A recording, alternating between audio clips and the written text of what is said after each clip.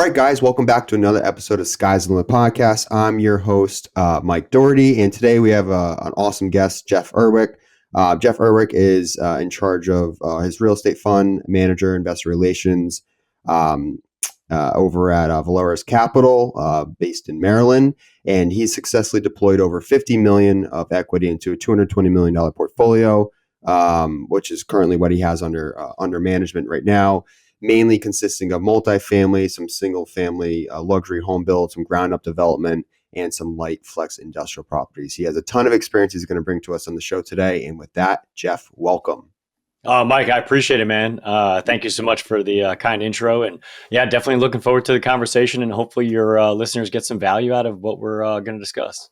Definitely. So one question I like to ask all of our guests is, how the heck did you get started in real estate investing? Yeah, sure. So I'll give you kind of a short synopsis of my background and my history. So I've actually been in technology sales for just over 20 years, right? I've only worked for two different companies in my entire career as a W-2 employee. So I cut my teeth in a kind of a boiler room style, making a bunch of cold calls, getting a lot of rejections and so forth. So kind of toughened me up, made me had kind of created that tough skin, so to speak, right? And then moved into more of a high sales environment, not pressure, but high sales, right? So like large multi-million-dollar deals, right? And that's kind of what I do now. With that being said, I was always very interested in real estate, and I kind of joke about it. My wife and I purchased our first townhouse back in 2009, right after the crash, right? So it kind of got in the right time. And we did what was called a house hack, which we didn't know house hacking was a thing, right? So we bought the townhouse, fixed it up, sold it within 12 months, and then used that money to upgrade into a single family home. So we kind of kept on moving up like that. After we moved there, we actually sold that house a year and a half later, because that job transferred me to where I'm at now. I live in Annapolis, Maryland. So we bought another house and so forth and so on. But with that being said, once I moved to Maryland, I was very interested in how to acquire rentals, right? So I went through the whole Bigger Pockets, did a bunch of seminars, trainings on the BRRRR methodology, the BRRRR strategy, joined a local meetup group here, and actually it was run by a Keller Williams guy, so familiar with that. But really, that's how I got started. I bought a few rentals. I guess my first one, right, was a standing in the freezing cold of February in 2017. No, this was 2016, I think. Yeah, 2016, 2017, and doing the auction right in front of the building kind of thing, right. So I ended up winning that deal. That was my first rental property. We fixed it up. We rented it out. I refinanced it, and I decided to repeat. So I was able to get all my capital back out, and the property was rolling, except for the fact that my first apartment or first rental property, I had to do an eviction after the first month of owning it. Right. So, I got a good taste of that right away. So long story short, I end up buying a handful of rental properties over the next 4 or 5 years. I started doing private lending out of my self-directed IRA. Early, probably right around the same time, about 2017 or so. And then did a couple flips and so forth, and decided from there that, after dealing with a handful of evictions, big issues, even though I did the BRRRR strategy, you still have, plumbing issues that happen, or, hot water heaters or roof repairs or something that can go on, right? And that one issue or that one eviction wipes out all of your cash flow for that single family rental. So I was in need of a strategy of how to scale my portfolio without really going down that single family path. And that's when I found multifamily. So I joined a mastermind program for multifamily. Through that mastermind, I used it as a network, kind of like a golf club, right? So I'm going to go in and meet a bunch of people and find like-minded folks and learn how to buy apartment complexes, right? So I met my partners through there, and we formed Valoris Capital Partners just over 3 years ago, or just about 3 years ago. And, we've been rocking and rolling ever since. Yeah. So that's kind of how we got started, or how I got started in real estate, and my kind of story till today. Yeah, no, amazing story and very kind of similar type, call it upbringing. Did the whole house hacking thing, did the birth thing, started on Bigger Pockets. Yeah. And, I was in finance, didn't really like it. So I traded, I got out of finance and pursued real estate agent work full time through Keller Williams and, do the podcast, invest on the side and just do brokerage work for others, clients. One question personally I've always wondered, before we went live, Jeff and I were talking, why syndication versus, maybe doing a little bit smaller deals, JV deals. I totally understand. Like it takes a lot of money to save, it takes a lot of time and effort and money to save up to buy even a 4 unit, non-owner occupant investment property. You're talking, if it's 400 grand, you got, 20% down, 80 grand plus closing costs. That's a lot of money to save up for. But at the end of the day, you have 100% of the equity, right? So why did you find that obviously syndication can kind of get you from A to B a little bit quicker, but is it also replacing whatever W-2 job you had then, and that's kind of what your full-time gig is now, versus a lot of other people might still want to work their full-time job and just kind of invest on the side. So did you say, hey, you know what, I'm going to go all in on real estate, and I think, I want to get the most amount of units possible. And this is the quickest way to do it. But in order to do so, I kind of have to go all in, right? Yeah. That's a lot to dissect in that question, right? So I'm gonna try to take it as step by step. The reason why, or what I see as far as syndication versus JV, right, is that you can scale larger quicker. Right. So my team, we invest our own capital. So we co-invest with every one of our investors into a deal. So instead of, again, not many people have the capital to go out and buy a $10 million deal themselves, right? Because you got to put at least 30% down. You have CapEx works, fees, lawyer fees, all that kind of stuff. So you're probably putting $4.5 million into a $10 million purchase, right? So not many people can stroke a check. Although I did meet a guy I was at an event in New York City on Monday or earlier this week, right? When I met a guy who that's what he did. He sold a business and he decided to buy 200 unit apartment complexes himself, right? And more power to that person, but that is a very far and few between person, right? So scaling up and being able to buy larger unit apartment complexes was my goal, right? And I say that because yes, while I think it's great to cut your teeth some way, shape, or form, you have to do that, whether it is going through a single family thing or buying a quad or duplex or something like that, right? But once you get into, if you're above the commercial and a threshold, so to speak, right, which is 5 units and above, right? Those 4 units still trade on comps, right? So you're still worried about what is the apartment or fourplex, duplex, or whatever it is next to me going to sell for in order for my value to be appreciated, right? In the larger commercial deals, it's nothing about comps, right? Yes, comps are used as far as understanding where the market might be and so forth, but it's also determined on cap rates and your NOI, right? So knowing that I can buy a 100-unit apartment complex with mine and also other people's money, right? So we can come in together as a partnership and buy an apartment complex. We can operate that as a efficient, effective business. So you have to know how to operate businesses. So that's why I partner with people who know how to operate. I know how to operate businesses too, but my partner is specifically focused on our asset acquisitions and operations side of the house, right? And I'm focused on investor relations. So knowing how to operate a business effectively and what leverage we can pull. And there's a number of different things you can pull in the larger multifamily space in order to increase your net operating income, all right? Because value of the property is based on your net operating income of the property, not what the one next door sold for, right? And that's an important justification to understand the difference between commercial and residential real estate.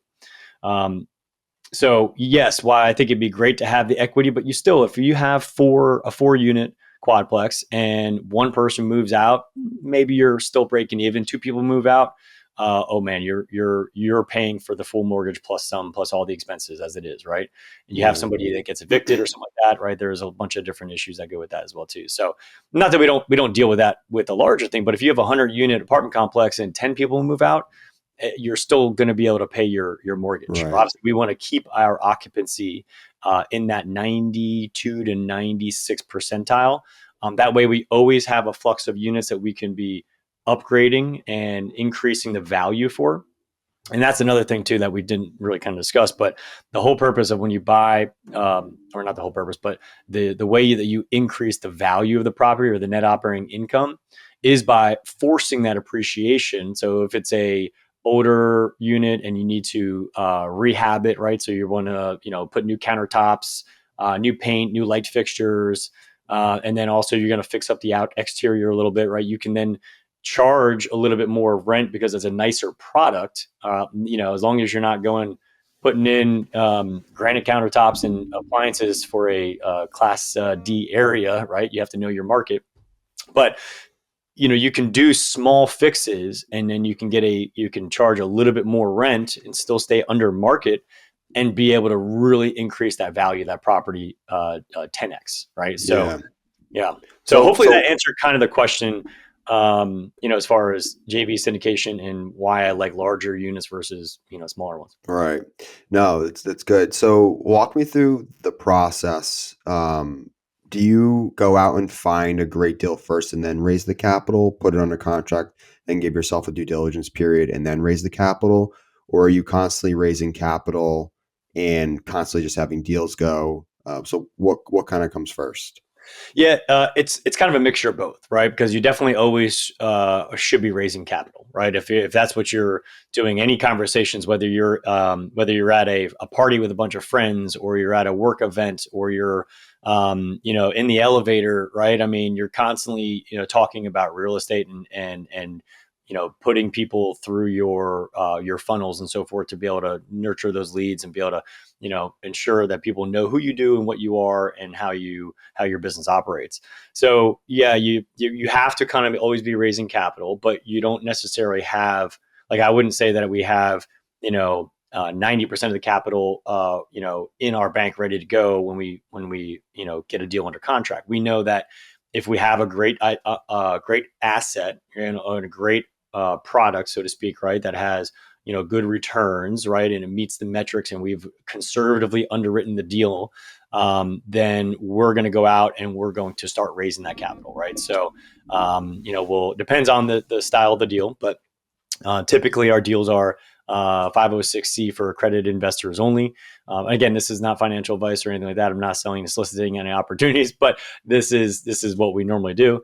We'll put together a marketing package. So we'll put together a video, we'll do webinars, we'll have a slide deck, we'll have a landing page on our website, an investment page and so forth. And we'll start to talk to our investors and start getting some commitments into the deal.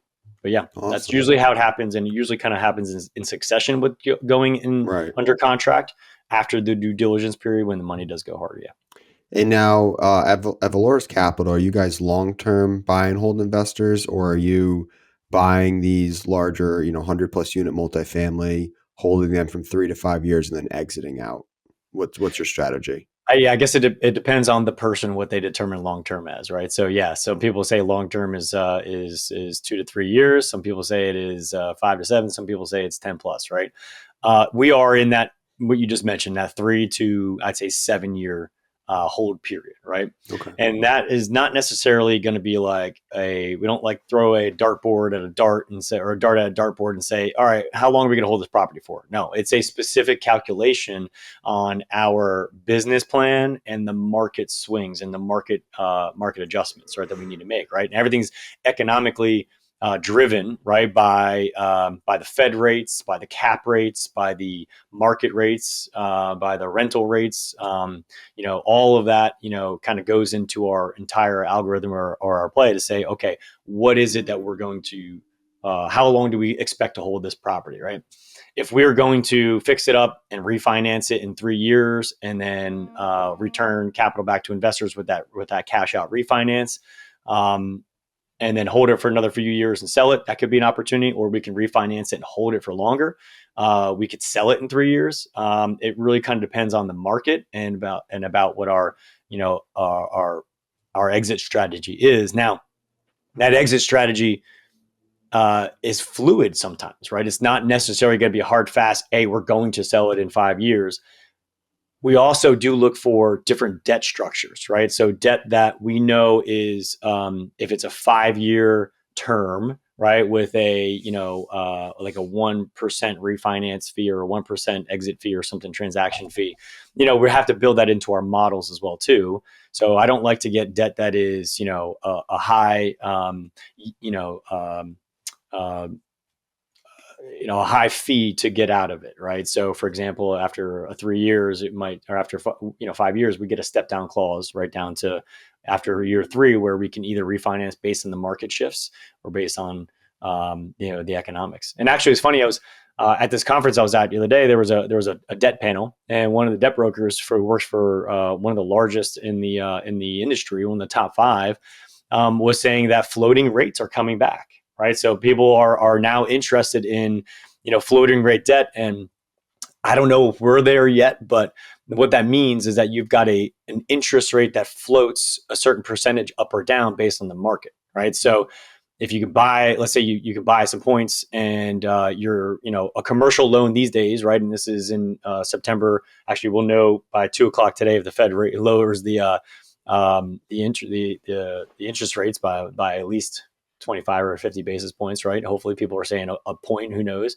But if you buy down the interest rate, and commercial loans these days are actually much cheaper than residential loans too, from an interest rate perspective.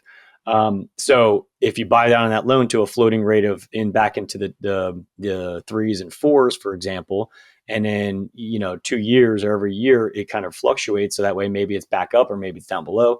It gives you some opportunity, but I don't know if we're going to ever see again in the next at least 4 years any major increase in our interest rates, right? I think we're at the ceiling of where we ever will be for the interest rate, for the Fed rate at least, right?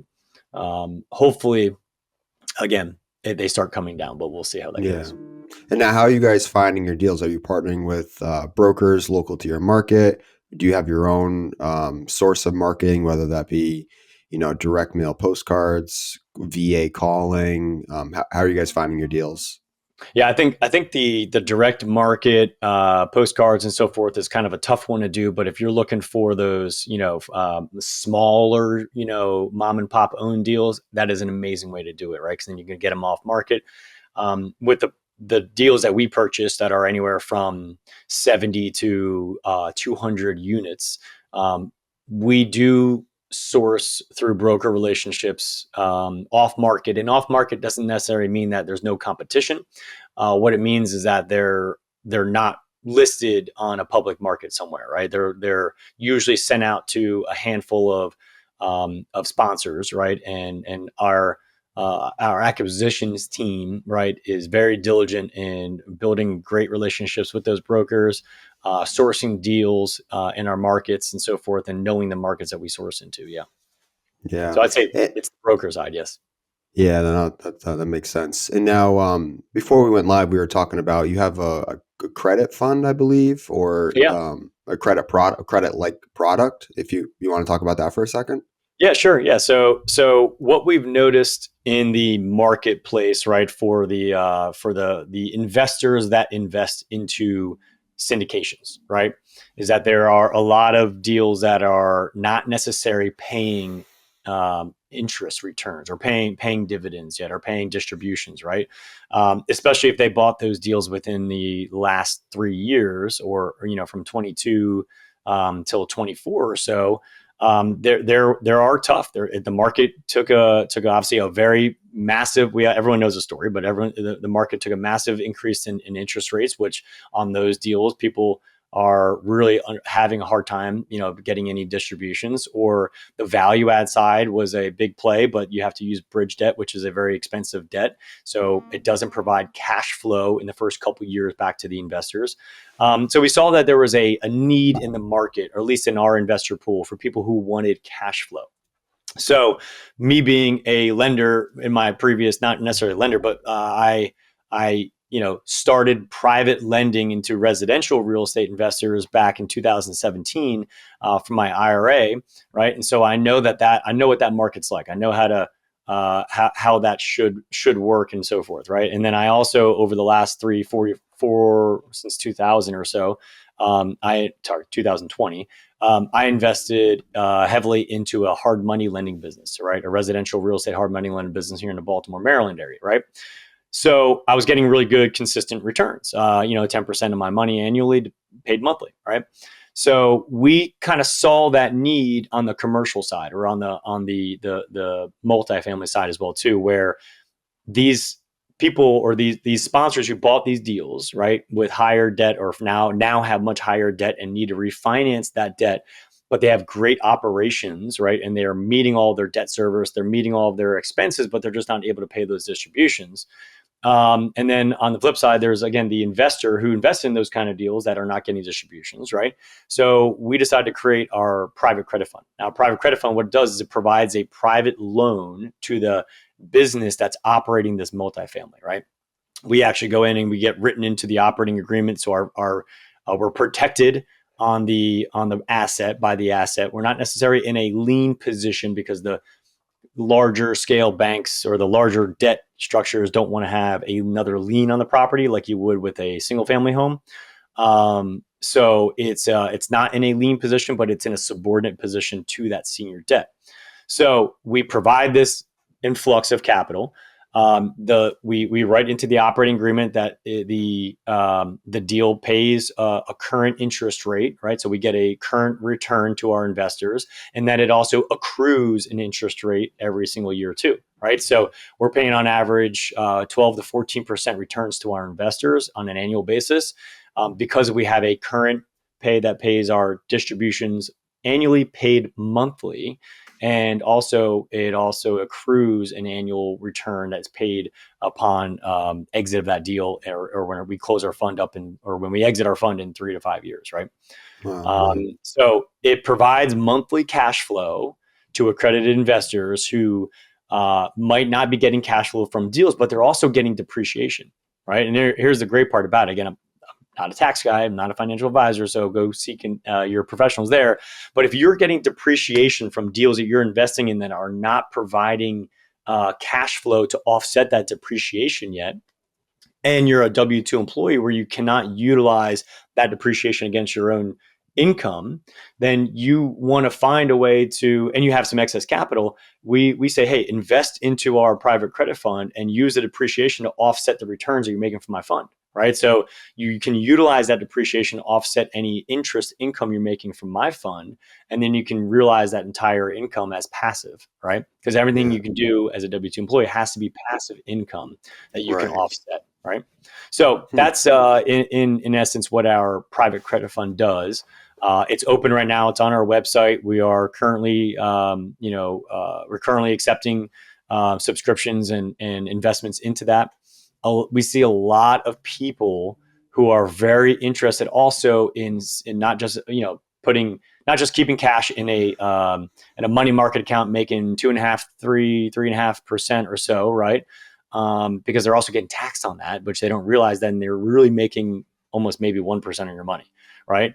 But if you can utilize the depreciation, like we mentioned, you'll be able to realize that entire return on your investment as non-tax, because you can offset the taxes. But we do have a lot of investors who come in through their self-directed IRAs, right? And actually on my website, ValorisCapitalPartners.com, it's VALORIS capitalpartners.com. And hopefully we'll put this in the link in the show notes too.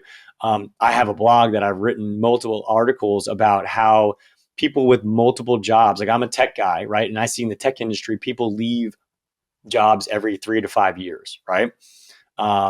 I've been fortunate enough to only have 2 jobs, like I mentioned earlier, right? But those people who leave, usually they're submitting to 401k, right? If you've got a match for your company, you should always at least contribute the match, right? Some people, if you make more money, you can do the max of the entire year, right?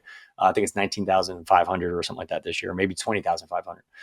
But if you're constantly putting money into your IRA and you leave that job, or a 401k, and you leave that job, it becomes an IRA, and you only have 10 options to do that with, right? So you're basically saying the custodian you use, like a Schwab or a Fidelity or something, only says, here, invest in these 10 funds because we make money off that, and also it's sitting in the market and you can't use it for anything else besides the 10 funds that we have because we make money off that, right? And that's what they're doing. So instead, we offer the opportunity for people to go and go to a custodian, create a self-directed IRA. You transfer the money to that from one custodian to the next. So there's no tax implications on that money at all because it doesn't touch your hands. It just goes from custodian to custodian. And then you tell that custodian, hey, I want to invest in Jeff's private credit fund, right? Because I can make that return with my and I can make an outsized return from the market, right? So if you're making 12 to 14% annual on your money, as an average annual return, that's going to outweigh and beat the market all day long, right? Especially when you're getting those fees charged. And the beauty about our fund is that we charge 0 fees. So the first returns up to the preferred return of whatever level you invest into goes to our investors, not even to me, right? Wow. So it's a beauty about using a tax-free advantage retirement account to invest in something that's going to pay consistent monthly cash flow. And then when you build that up, right, then you reinvest into something else. You're compounding that money every single year. Yeah. Wow. Very. I'm going to take a Very. breath because that was a Yeah. lot. Very creative. Do you have to be an accredited investor to get access to that? To our fund, yes, but Yeah. Okay. to utilize a self-directed IRA, anybody can do that. Right. In fact, Yeah. you don't even have to have an established IRA to transfer money into. Anybody can go to a custodian, like we use Equity Trust. Anybody Mm-hmm. can go there and create an account and then fund that account up to the limits that you're allowed to, whether it's a Roth or traditional, it depends on how much money you make. Again, go talk with your financial advisor on that one. But you can contribute, I think it's up to $7,500 or $6,000 a year if you make over, into a traditional IRA, if you make over I think it's $190,000 or something like that, or $150,000. If you're under that number, then you can contribute to a Roth, which if you do, I would recommend a Roth or do a Roth rollover as well Right. too. Right. Yeah. Wow. Yeah. No, that's a lot of interesting stuff. I've never heard of anyone doing that before. So that's really creative. I Um, got a lot of creative ways for you to yeah. earn passive income. In fact, I have a book about it too. I wrote a book about. What's it called? It's called how to make multiple streams of passive income. All right, Oh, it's actually on my interesting. website too. So Cool. we have an ebook link on our Yeah. website. We'll link it to the show notes. So I see here, I always like to kind of learn about people outside of what they do, in their daily work or job. But you like vintage cars? I see here. Yeah, so I'm a anything with a motor guy, right? Okay. So I don't Cool. own any electric cars, but I grew up riding motorcycles. I love muscle cars, vintage cars, and I love exotic cars too. But I love vintage cars. Um, you know, Do you have uh, anything cool right now? no, I just got rid of an older BMW. Okay. So I had an older 3 Series BMW I got rid of. But I am looking into, I really love the late '80s, early '90s, or even '70s like vintage Porsches. I love Oh an yeah. Arab Porsche, and so it's on my radar, but I haven't gotten there yet. You can't. It's really hard to. I mean, the price for those went up dramatically. Very expensive. Yeah, Yeah, yeah. it's definitely collectible now. And then you go and pay 150, $200,000 for an older Porsche like that. It's a collectible, and it's like you're scared to drive it, right? You want to drive it. Yeah, So I don't want to buy I don't want to buy a show queen, right? So yeah, I want to no, buy a driver that I can go and rip 400 miles up yep, and down the mountains and around and love that it, kind of stuff. So love it. that's me. Yeah. Well, Jeff, thank you so much. I hope the listeners learned a lot there. I certainly did. If you like what you heard, be sure to subscribe. We're on Apple, Spotify, and we also have a website, Sky's the Limit Podcast. So, Jeff, thank you so much. We'll be sure to link all of the show notes, your book, the website at the bottom of the show here. And thank you again. Really appreciate your time. Yeah, thank you too, Mike. I appreciate it too. And one last thing, if anybody wants to reach out to me, they can reach me on my website, valoriscapitalpartners.com. There's a way to contact me and set up a meeting if you want, as well as LinkedIn. LinkedIn is a really good opportunity for me for people to see what I'm all about. I'm very active on there, so I think it's just linkedin.com/in-/Jeff-Ervick. So let's link that too to the show notes. But yeah, Jeff Ervick on LinkedIn, and you guys can see what I do. Awesome. Thank you so much, Jeff. Cool. Awesome. Thanks, Mike. Appreciate your time. Thank you for watching Sky's the Limit. We're always releasing new real estate content, so if there's something you want to hear, be sure to leave a comment. And don't forget to subscribe to our channel.